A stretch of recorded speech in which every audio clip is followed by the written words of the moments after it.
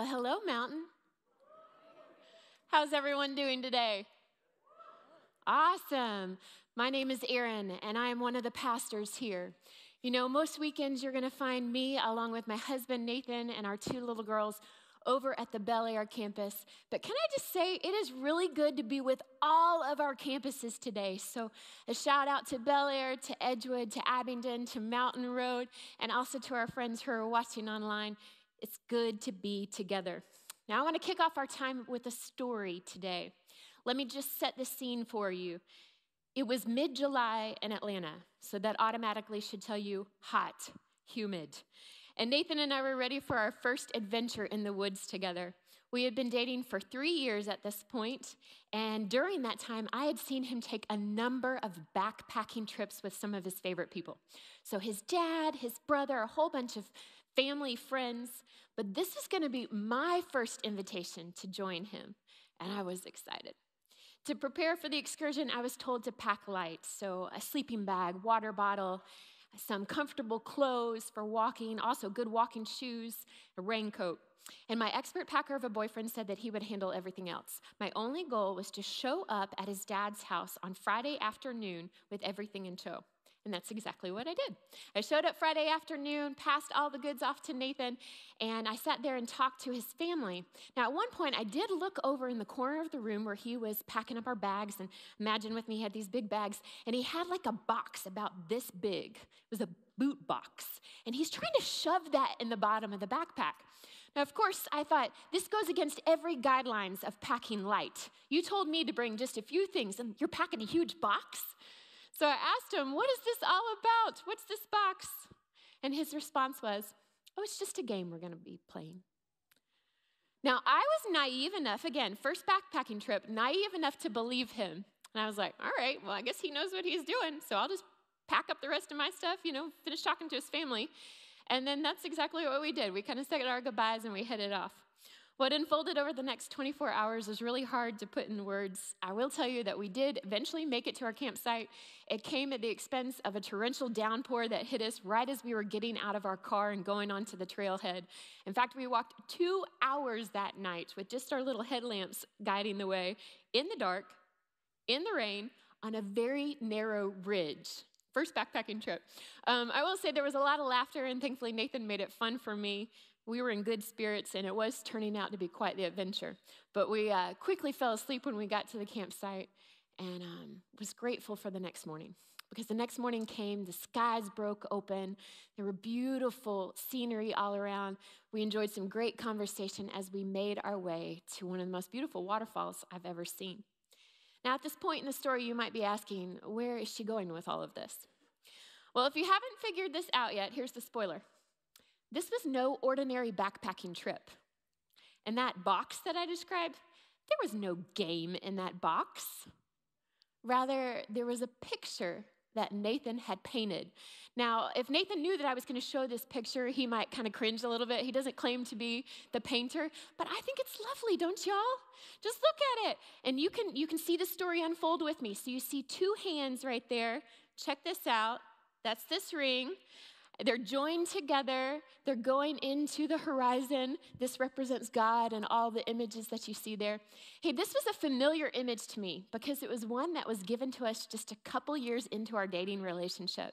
It was described to us as how someone would find their mate, look for their mate. The idea of two people, each running as hard and as fast as they can for Jesus, eventually finding one another, kind of linking hands and doing that together for the rest of their life. So the scene that unfolded from there is probably one that many people are familiar with. Either you've experienced firsthand or you've definitely seen it in a movie. Some common images for proposals. One, a man down on one knee, words of love pouring out of his mouth, a beautiful ring, and an invitation sealed with a boisterous yes. Or if you are me, I screamed, "Good gosh, yes!" as loud as I could over the waterfall when he asked me, would you like to marry me? So here's the point in the story that if you want to stop and just go, oh, isn't that sweet? Isn't that sweet? It's so sweet. But I tell you this because these are common images. This proposal that I just described, they're common images for our part of the world, right? There might not always be waterfalls and pictures attached to these scenes, but almost always you can recognize times like this with a bended knee and some pretty awesome words. So through his words and actions that weekend, I knew without a doubt that Nathan valued me, that he was crazy about me, that he was going to be devoted to me. He showed it through meaningful actions, and he said it in clear and powerful ways. And that same sentiment is at the heart of every blessing. The good news is that it's not just for future brides. The blessing, as we've been talking about in this series, is for everyone. We all need it, we all desire it, and we all get the opportunity to give it to others. It's just that assurance that you are loved, that you belong, and that you have great purpose in this life. And it comes from God through his people. So the past few weeks, we've honed in on some very practical ways that we can communicate blessing to others. A couple weeks ago, Luke talked to us about meaningful touch, and that's just the idea of touching others in a way that honors them. It's never for our benefit, it's always for the benefit of that person and for the sake of communicating things like acceptance, inclusion, and affirmation. And then if you were here last week, you heard Ben talk about spoken word and just the idea that a blessing can only come to fruition, it can only fulfill its purpose when it is spoken. Since words have the power to either tear down or to build up, we commit to be blessing givers, those people who give these blessings, who share these words in life-giving ways. Words like, I'm sorry, or thank you, I love you. Now, we didn't come up with these concepts on our own. We've actually borrowed them from a great book that you are welcome to check out if you want to learn more. It's called The Gift of the Blessing. It's by Gary Smalley and John Trent. You can pick up your own copy for about $10 on Amazon. But there's some great biblical resources in this book that talk along the idea of blessing. And in fact, we're going to jump right into another concept this weekend that's all about attaching high value. So at its core, blessing is about attaching high value to others. In fact, touch isn't really meaningful, and spoken words aren't really words of blessing unless first we have the right perspective. We know what our goal is in giving them. In Hebrew, which was the language of the Old Testament scriptures, the root word for bless is barak. Sound familiar, right? Well, the word itself literally means to bend the knee. It's a word that was used regularly in the Old Testament to describe how a camel would bend its knee so that its master could get on. I want you to think about the imagery with me, and I think we've got a picture for you so you can see it too. You know, camels are heralded for their ability to travel great distances on little food or water. And because of this, they were very trustworthy in travel. They had great value to their masters, especially in biblical times. In fact, they often carried precious cargo. So it wasn't uncommon to read in the scriptures about, a beloved son or daughter riding along on the camel, or maybe even kings or queens. But because they were so tall, and Google tells me that's about 6 feet tall, then they weren't easy to climb onto. So they were trained to bend their knee or to kneel so that their master could get on. It's a powerful image of an important, honored animal kneeling to an even more important, honored person. And from this image, we learn that to bend the knee just means to attach high value to another. Just like camels, we get to be those people who bend the knee towards others. So what I'm not saying is that you leave this place today and you go out and every conversation that you enter into, you get down on your knees. That might be a little bit strange. We'll get some laughter. But what I am saying is that our spiritual posture can still mimic the posture of bending the knee. It can be one that communicates respect and honor and high value. And only with this type of posture can we actually give the blessing to others. So King David knew this better than anyone, and in Psalm 103, he sings, "Bless the Lord, O my soul, and all that is within me. Bless his holy name. Bless the Lord, O my soul, and forget not all his benefits, who forgives all your iniquity, who heals all of your diseases, who redeems your life from the pit, who crowns you with steadfast love and mercy, who satisfies you with good so that your youth is renewed like the eagles. You recognize these words? We said them earlier. And in doing so, we join David in just calling out, it's God who is the King of Kings. It is he who is worthy of our praise. And in David, when saying these words and us in responding and saying them too, we're just recognizing God's intrinsic value. Just because who he is valuable. He is worthy of us bending the knee. Now, I want us to look at this in the context of blessing others. So if our natural response to recognizing God's worth is to bless, then we've got a whole lot of blessing to be doing, because we can see that intrinsic value, God's worth, in all of creation, and all human beings, and every single person who is here, and the person right next to you.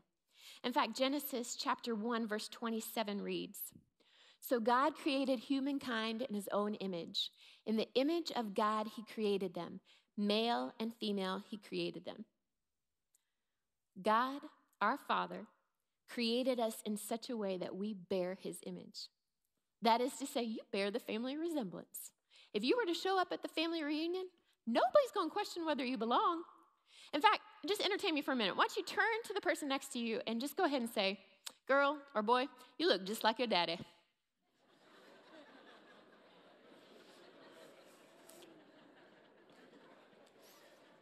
You look just like your daddy.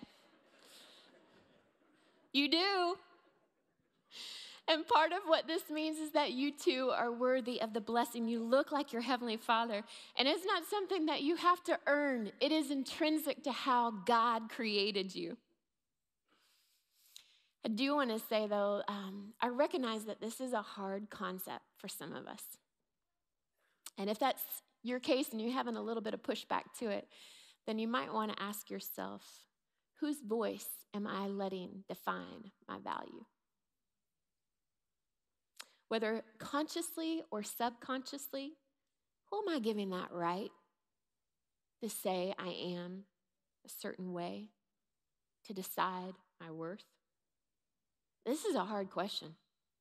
And it's a sobering one for many of us because we've been either touched in ways or spoken to in ways that do not communicate high value. We've been used rather than celebrated, beaten down rather than built up. And many of us have given into the lies of those voices that say we are who we are. So again, I ask you, whose voice are you letting to define your value? You might really need to sit with this question and bring an honest answer. And if it's not God's voice that comes to your answer, if that's not the voice that you're listening to, then you have every right and you should just push right up against that voice, because it is only God who has the right to say you are who you are. It is only God who knows you intimately enough to be able to speak into your value. And he says that no amount of sin or shame can separate you from the love of his Son, Jesus Christ. No matter who you are, what you've done, where you've been, your value has been set. And it cannot be changed. You are God's beloved. That means that you have incredibly high value. I love that line by the old Christian author, similar, great Christian writer, C.S. Lewis. He just says, there are no ordinary people. You have never met a mere mortal. The people you see every single day, even the ones to whom you give little regard, they are not ordinary in God's eyes. All of us bear markings of our Heavenly Father, and you do too, all of us. So when we start realizing that, when we actually claim that truth, it obviously affects how we see ourselves and others. We start seeing ourselves and others very differently. In fact, we even start speaking about ourselves and others differently. We read in Luke chapter 6, verse 45, that a good person produces good things from the treasury of a good heart. And an evil person produces evil things from the treasury of an evil heart. What you say flows from what's in your heart. And this verse just reminds us that if you value God, if your spiritual posture is one of blessing, then it's going to come out in your words. It's going to be obvious. And the flip side is true too. If you do not value God, then that's going to come out in how you speak about others. So in the time that we have left together today, we want to take a look at some guiding principles for how we can attach that high value to others through words of blessing. And the first main point that we want to bring is the type of word we want to use: genuine words. There you see it. So genuine, this is a fun word. It's a common word. You might know what it means. It just means truly what something is said to be, or authentic. Genuine comes from the root word in Latin that is genu, which just means knee. So that's kind of fun. It's another knee word. And the tradition was in ancient Rome, when an infant was born, the first thing that a father would do he would take that infant and he would place him or her on his knee as a way to say to the entire community, you see this one right here, he belongs to me. Or this one right here, she's my daughter. There's no question, she belongs to me. She's part of my family. And there's great love and respect and a true identity that's claimed in that. It's a pretty powerful image, and it was a way to express high value. See the connection? Genuine words reinforce who the Father says we are. Genuine words remind us of our belovedness. And Jesus was so good about reminding people of who God said they were. In fact, we can read a whole bunch of examples in Scripture. It's just go ahead and pull out, the first 4 books of the New Testament, just the Gospels that describe Jesus' life, and we see a number of these. To a woman caught in adultery, he said, I don't condemn you. Now go and leave your life of sin. To Zacchaeus, who was a despised tax collector, he said, you've been saved. You're part of my family now. To the woman who was judged and ridiculed for pouring expensive perfume on his feet, he said, you are doing a beautiful thing. And to some lowly fishermen, he said, from now on, you're going to fish for me. I need you and I want you to join me. Jesus told people that they were worthy of God's blessing. Where the world identified them by their sinfulness, Jesus first identified them by their belovedness. Hear that again. When the world identified them by their sinfulness, Jesus first identified them by their belovedness. So that no matter what they did or didn't do, they were worthy of God's love and attention, forgiveness and salvation. And this is what Jesus does. Whenever the world tries to define us by our sinfulness, he instead identifies us by our belovedness. And that's what we get to do. We get to join him as blessing givers. It's our first and primary job to inform and to remind our parents, our kids, our spouse, our neighbors, our enemies, our friends, everyone of what their true identity is. We get to remind them that before they were saved by grace, they were God's beloved.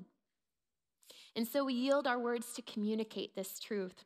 We call out the goodness of God in them whenever we can using genuine words that just mimic what God says of them. One of my roles here at Mountain is I get to work with a whole bunch of college students who come and join our staff for usually about 4 or 5 months at a time. They do an internship with us. And our whole team, and many of you, we rally around these young leaders, and we get to remind them who God is, help them discover who they are in God, and discover different gifts that they have that can be used in ministry. And it's a very intense time. We get to know each other quite well. And then we end our time together with a blessing retreat. There's a couple things that we do in that retreat that very much illustrate what we're talking about today. The first is we say eulogies of one another.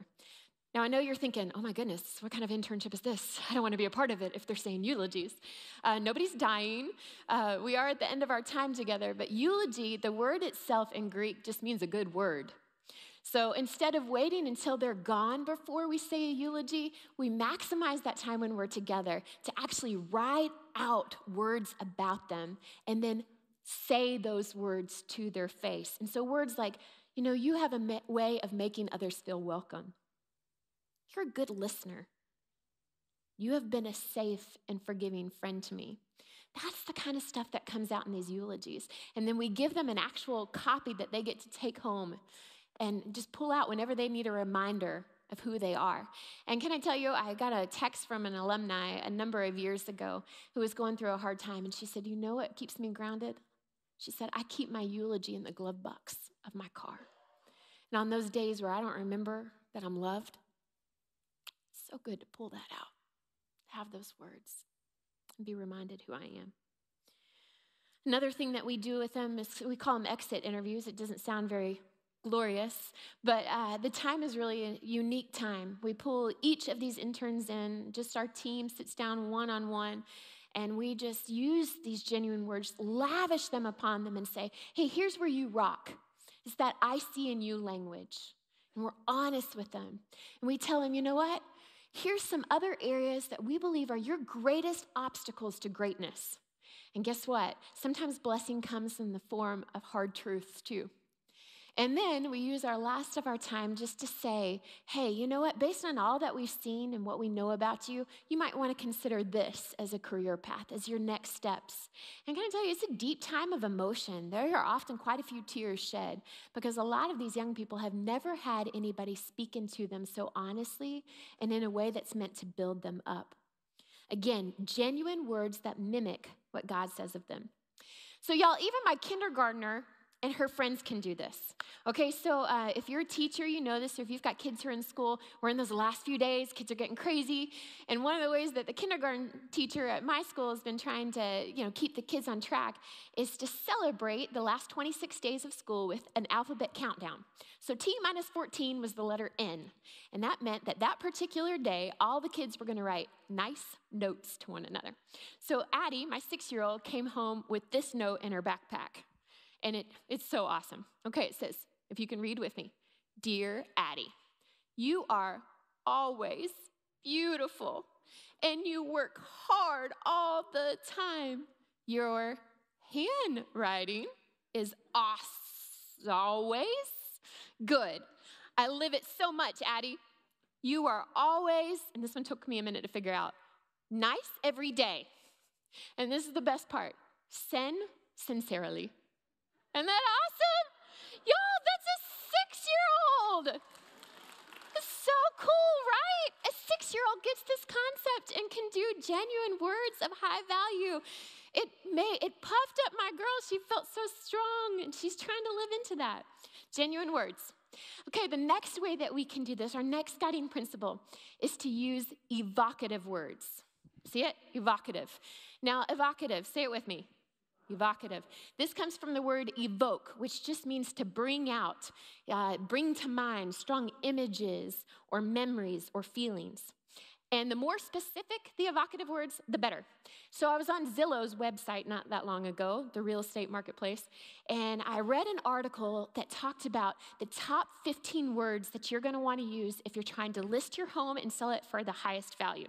Okay, words like luxurious, captivating, steel, basketball, okay? Landscaped, pergola, remodel, granite, and a few others. Homes that listed using these words sold for an average of 7% more than homes that were listed without them. Okay, so that tells me that realtors and salespeople, advertisers, they all understand the power of specific evocative words and communicating high value. This is not a new concept. In fact, it's a very effective one in the area of blessing. And there are tons of examples throughout Scripture of people attaching high value to others through the use of evocative words. And another way to say that is just through the use of word pictures, images that you can play out in your mind. These illustrations would have been very specific to each individual, and images that in that time and place would have really meant something. So I want to share with you one that comes from the book of Genesis. It's the life of Isaac. It's a passage that Ben talked about a couple weeks ago when Isaac is giving the blessing to his son. Now, he thinks it's Esau, but it's really Jacob. And he says these words of blessing. Just listen for the evocative words. He says, all the smell of my son is like the smell of a field that the Lord has blessed. May God give you heaven's dew and earth's richness, an abundance of grain and new wine. May nations serve you and peoples bow down to you. Be Lord over your brothers, and may the sons of your mother bow down to you. May those who curse you be cursed, and those who bless you be blessed. So a couple images that are strong, right? Well, to one, the word blessed, describing a field in and of itself, would have meant fruitful. Automatically, Jacob's mind would have gone, livelihood, I'm going to be okay. There's prosperity with this. Heaven's dew would have also created that image. In an area, this context where it was dry, it was arid. They only had 2 rainy seasons and they were very short. So they relied on heaven's dew in order to make the land prosperous. So when Jacob heard this, he would have known what that meant. And then the powerful words of whole nations bowing down to him. Again, elevating him as a person of high value. These evocative words, no doubt, helped Jacob see and live into his worth. It was a great example of a patriarchal blessing. In fact, I think Jacob probably learned so much from this blessing that we can even move forward a couple pages in Scripture and see at the end of Genesis, Jacob's at the end of his life, and he decides to bless his sons. And he calls together all 12 of them, and he one by one gives them words of blessing. And a couple of them are very strong images. To Judah, he calls him a lion's cub. You think about a lion, strong. And he's just calling out the strength of character and the high leadership qualities of his son. To Naphtali, he calls him a doe. When you think about a doe, you think about gentle, kind, graceful, beautiful. To Joseph, he likens him to a fruitful vine near a spring whose branches come up over a wall. And if you know Joseph's story, this would have just been talking about his unfailing trust in the Lord. It was like a bountiful, bush or branch climbing over a wall, and he would have provided a place of refuge for his family. These weren't just well wishes from a father to his son, but they were also futures or invitations for the sons to live into. They weren't lengthy, but they were powerful. That's what evocative words do. In fact, probably some of you have nicknames, right? Well, nicknames are evocative words. They're word pictures. Many of them are. And so we need to be asking ourselves, when we give nicknames to people, are we passive-aggressively communicating an image or a part of value that's not honoring to them or to God? Are we choosing nicknames that actually build people up? Once a mentor gave me the blessing through a powerful word image, and you could call it a nickname. She said, "Aaron, you are like a velvet brick." I didn't quite know where she was going at first. And then she started to explain, I've never seen a velvet brick. So she was like, think about it. When people first meet you, you're warm and inviting, you're safe and comforting. People like to be with you. But then when you get close to you, man, you're strong. There's some strength to you. You have the ability to speak hard truth into people. And often it's for the sake of breaking them down so that they can be built up. You have people you do that to people in a way that at the end they actually say thank you to you. I never heard that compliment before. But that's what a velvet brick does. And as I thought about this image, I thought, wow, that's awesome. I want to be a velvet brick. I want to be that person who balances high invitation and high challenge, grace and truth. And that word image gave me a picture that not only I could claim as my own, but an invitation to actually lean into that. Studies have shown that when we hear a word as a picture, our brains actually work faster than when we hear words that aren't as evocative. Specific words that are attached to images, they conjure up all sorts of emotions, and they actually propel us into action. So it makes sense now when you think about Jesus and how he taught. He used parables all the time because they challenged, they invited, they motivated others to action. And so again, we love giving resources around here. If you want to get a great resource that talks about this and how you can use word images to communicate things that words alone can't do, The Language of Love, highly recommend it. It's an easy read. It's actually written by some of the children of those who wrote this book on the blessing. Great little resource for you. Okay, our third principle for attaching high value through words is just use hopeful words. Maybe you read an article on CNN this week of a recent grad from Harvard by the name of Kristen Gilmer. Well, last Saturday, she graduated as a doctor of public health, and in the interview with CNN, she praised her sixth grade teacher named Judith Tosing for not just teaching her about the intersection of global health and human rights, but for actually being one of the few people outside of her parent who said, "I believe in you, and I believe you can accomplish your dreams." So if you're a teacher, take note of this. Look what she did. She actually wrote a message and then spoke it to her at the end of the year on her report card. And it just says, "It has been a joy to have you in class. Keep up the good work. Invite me to your Harvard graduation." How cool! Kristen kept it for 21 years. And then she took that note right before graduation and she found her sixth grade teacher and she invited her to graduation. So cool, right? You don't realize how powerful your messages can be, how they can paint a future for someone that they can live into and start to see as that blessing. And the article went on to describe how this not only blessed Kristen Gilmer, but obviously her teacher too. And she said, "You know what? This experience has revitalized me. It has energized me to become a better teacher for my students." That's what blessing does. It's a gift to everyone who's involved. Hopeful words that paint a picture of something beautiful and good to come. Every person needs this, whether they're 13, 33, or 83. Think of the Apostle Peter. He originally went by the name Simon, and Simon was a rough and tough fisherman before Jesus entered his life. Then Jesus came along and he called him Peter, which just means rock, and helped him see the leader that he really was. Throughout his life, Peter was prone to being more like shifting sand. And you read his story and you see these periods of incredible faith and then debilitating doubts and back and forth. And so, like us, Peter needed reminders of who God saw him to be. And one of those came in Matthew chapter 16 when Peter first publicly said that, "Jesus, you are the Messiah. You are the Son of the living God." To which Jesus responded, "Peter, because of your confession of faith, because you have said who I am, let me just remind you who you are. You are Peter. You are a rock. And on that confession, my church will be built. Many people will come to know me because of that confession." And guess what, Peter? You're going to play a large part in this. And we can read all throughout the book of Acts that that's exactly what happened. Peter lived into it fully. Words create worlds. They help us see and live into futures that we cannot see for ourselves. You know, there's a law in physics that says water cannot rise above its source. And this is especially true in the area of blessing. So if a parent tells a child that his or her value is low, it's hard to rise above those words.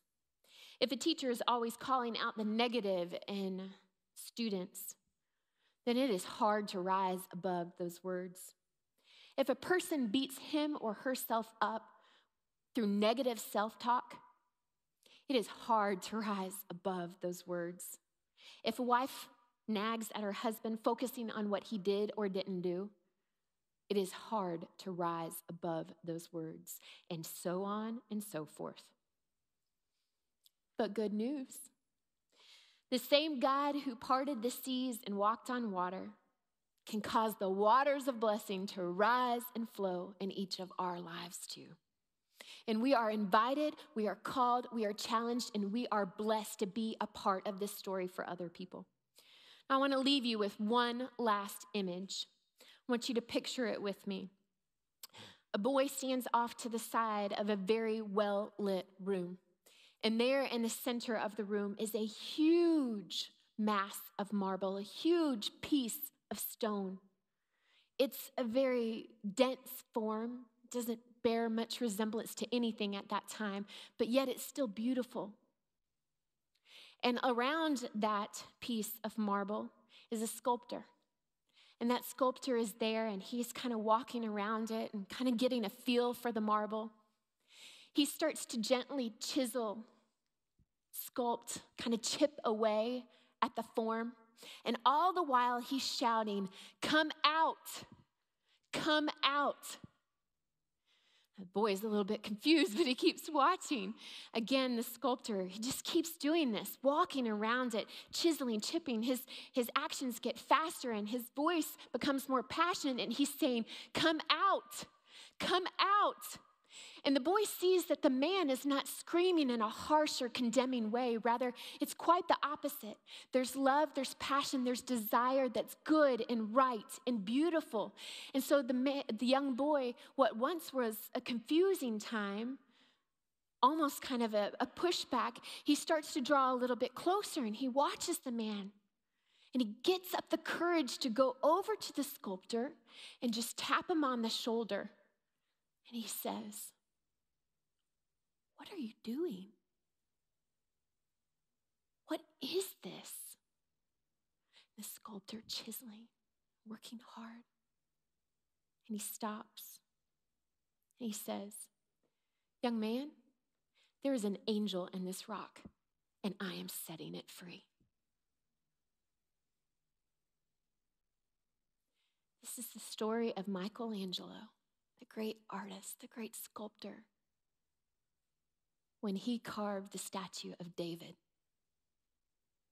But it's also the story of how God uses us to sculpt others. Where Michelangelo's tools were a chisel and a hammer, ours are our eyes and our mouth. Different tools, but the same job, to see and to call out the angel, the masterpiece, the beloved that is within. And we do that through those genuine, evocative, and hopeful words so that they can be set free to flourish. Friends, there are people around you who are trapped in a rock right now. You know them. Many of them are sitting right next to you. Others you will see later today. And you have a decision. How are you going to respond to them? How are you going to call out to them? What words are you going to share to shape them? We get to be blessing givers. It's pretty powerful. Will you pray with me right now, please? Father God, thank you for calling us your beloved and for inviting us to call this identity out in others. May our words be genuine, evocative, and hopeful as we leave this place today. Help us be brave as we call out the beautiful masterpieces in our families, in our classrooms, in our neighborhoods, and beyond.